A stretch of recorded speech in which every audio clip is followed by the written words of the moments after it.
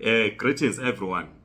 Uh, it is quite refreshing that a number of people are now sending us messages that their waivers are out.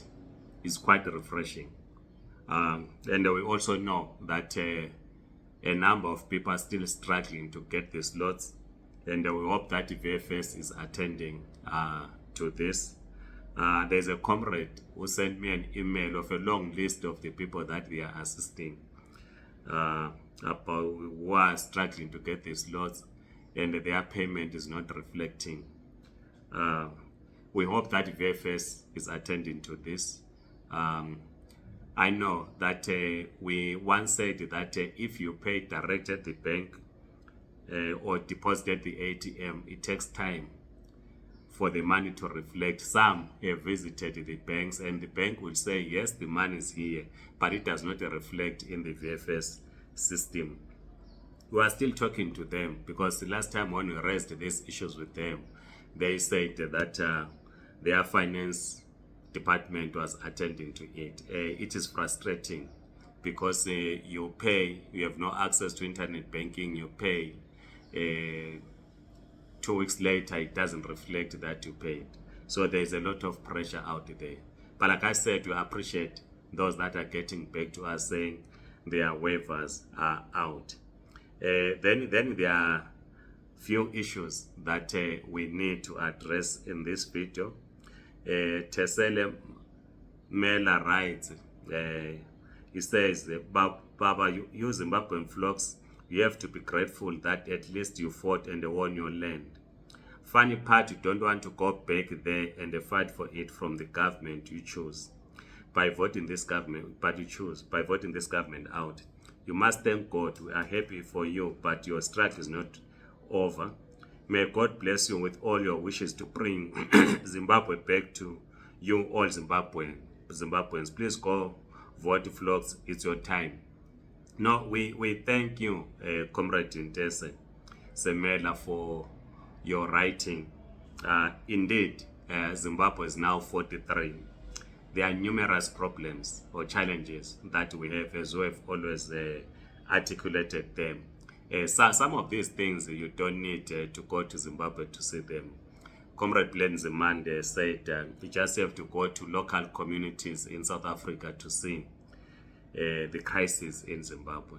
The fact that we are here, we are talking about having Zimbabweans documented, it's a crisis on its own. This is not what we fought for. When we went to war against the white minority regime, we never at one moment thought that thousands or millions of young people would be in foreign lands. We never thought, but this is what is happening. It's a lesson to all of us, not only to us Zimbabweans, because the struggle for national liberation was not a struggle that was fought by us Zimbabweans. We were assisted by many countries. Many people assisted us in the struggle for national liberation. And the same people also have a role to assist us. Because as we always say, that this is an international struggle. It's a struggle against the capitalism. So it's a struggle that all of us, we must wage. So yeah, but as I'm saying, we appreciate your message. Then there's another message from Comrade France Mokwana. He says, Mr. Mabena, I'm waiting in vain to hear from you. What must the South Africans who were in the hospitality industry do, since your people took everything whatsoever, and you are still interested in whatever is remaining to be grabbed by your people? Mr. Mabena, you are heartless to children of South Africa. God bless you and your mission. Again, it's important that we need to be frank with each other. We appreciate, Comrade France, the issues that you are raising. Firstly, we've never wanted to create division amongst the workers. It has never been our mission, and it is not our mission to divide workers along nationality. as we always say as communists, that workers know no country. But we respect that there are boundaries, which we call borders, that all of us, when we are born, we are assigned some nationality. I was born in Zimbabwe. I presume you were born in South Africa, someone in Congo, and so forth. But workers know no country. And it has never been our mission to divide the workers. With respect to hospitality industry, the issue that we are raising, this is why we have always advocated for workers in that industry to join trade unions. We know the challenges that people in hospitality industry are faced with. Most of them do not have a basic salary. They are paid in tips. When we're having this discussion about tips, someone said, but Comrade Mabena, do you know that some are making lots of money through tips?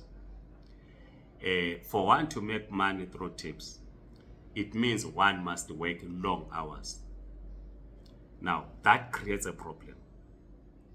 So workers, irrespective of nationality, must unite and be members of a trade union. The moment you create this thing of migrant workers and the local workers, migrant workers are treated differently from local workers. It creates problems. Because if migrant workers do not join trade unions, do not take part in industrial action, they are seen as amagundwan or as impimpi.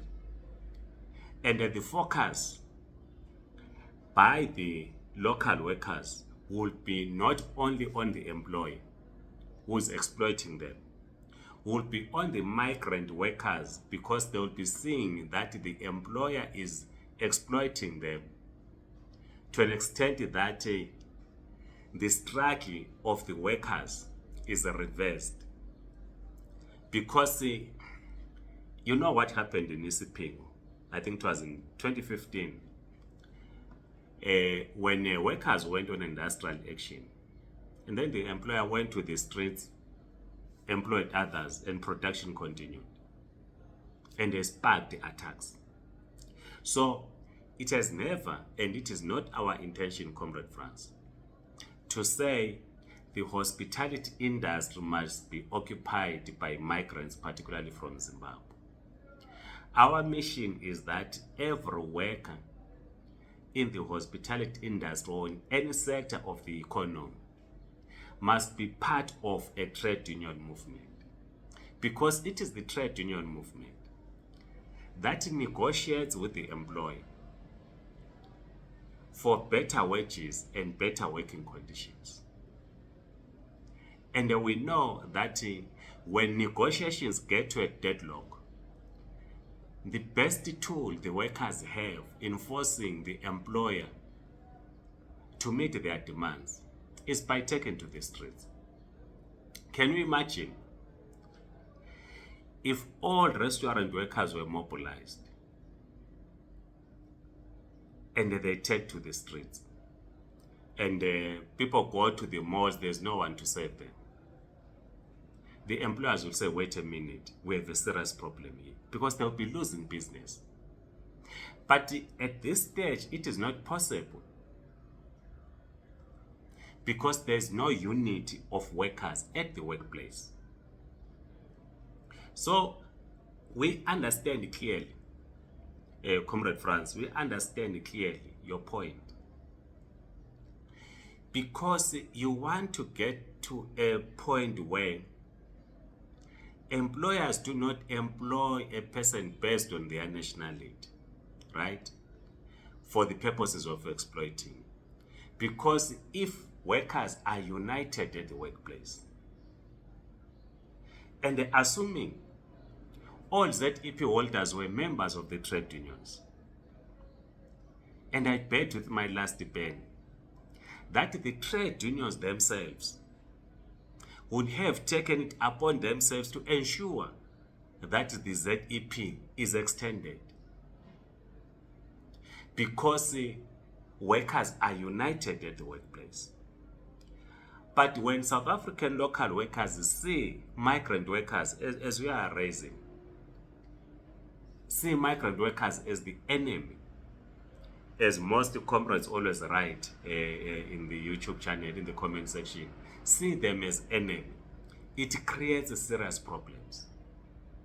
So it's important on our part to educate workers, particularly from migrant communities, that you must join trade unions. My comrades who are born in South Africa, they never call me a Zimbabwean, because in me they see an internationalist. In them I see an internationalist. This is what we want. If in a traditional traditional level, where some of us, our roots are in South Africa, right? I've spoken about this, about us, the Mabena, because a Mabena who's in South Africa, born in South Africa, and myself, a Mabena born in Zimbabwe, who are one people, who are just brothers, who are divided by borders, right? So this is why I've always argued that there's no Mabena or a Mahlam or a Skosana or a Mtombeni who can raise a placard, take to the streets that Ngabuto Mabena must go back, because we are one people. We share one ancestor. Yes, because of what happened.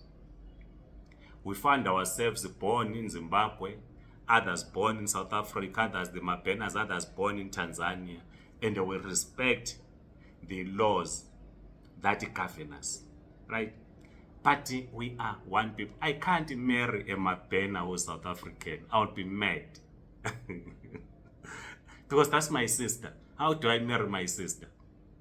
So, this is the unity that we want. Unity at the workplace. Unity in our communities. But this unity cannot only be achieved by mere talking. There must be action. Practical work must be seen. And the first step is for every worker to join a trade union movement. So that all of us at the workplace, we don't see a Zimbabwean as taking someone's job. We don't see this person as doing that. All of us, we are united against the person who is exploiting us, and that is the employer. Please write your comments in the comment section. I know if I start talking about these matters, because they are very close to my heart. They are very, very close to my heart. I will talk for another 30 minutes. So please write comments in the comment section. Like this video, circulate, subscribe to this YouTube channel, and once again, we appreciate those that have received their waivers. As we have said before, that the next step now is to apply for one of the main visas that have been offered by the Department of Home Affairs. Otherwise, goodbye.